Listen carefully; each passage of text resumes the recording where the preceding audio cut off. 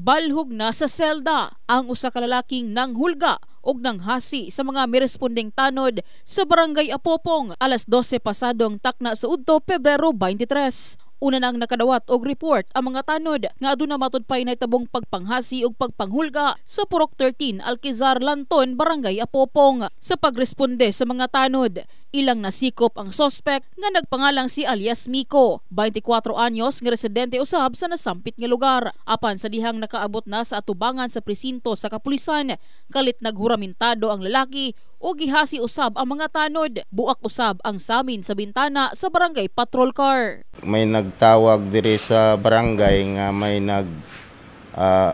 paresponde sa Purok 13 P1 Alquizar na itao dito nga giatuan nila nga nangawat daw tog manok. So karon pag abot dito gikuha sa mga kaubanan nako nga tanod gidala sa stasyon. So pag abot dito sa stasyon, pag naog niya gisipa niya ang among patrol. So mauna nga nabuak ang among salamin sa among patrol. Dili matod pa palagpason ni Kagawad Jun Lasia ang nahitabo ug pabayron matod pa ang suspect sa damyos nga naangkon sa ilang bihikulo.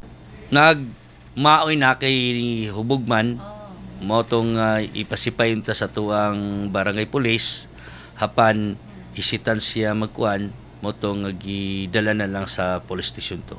Kasong grave threats, malicious mischief ug indirect assault upon an agent of person in authority ang atubagong kaso sa suspect. Ang ngayon lamang matod pang makasuhan kini aron dili na subling mahitabo pa ang susamang insidente.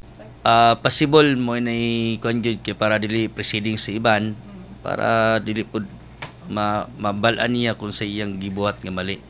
At the same time, ang atong katanodan atong tropa sa barangay police ug ang ang police mapile og kaso direct assault kay dili matuo ambot unsa kung sige saligan. So gina-challenge pa niya ang atong tropa kung sa iyang i-move daw. Kasamtangang wala pay gipagawas nga pahayag ang reklamong suspect o gidala na sa korte alang sa formal nga pagpasaka og kaso batok kaniya. In the heart of changing lives, kini si MJ Fernandez sa Brigada News Jensen. Brigada News.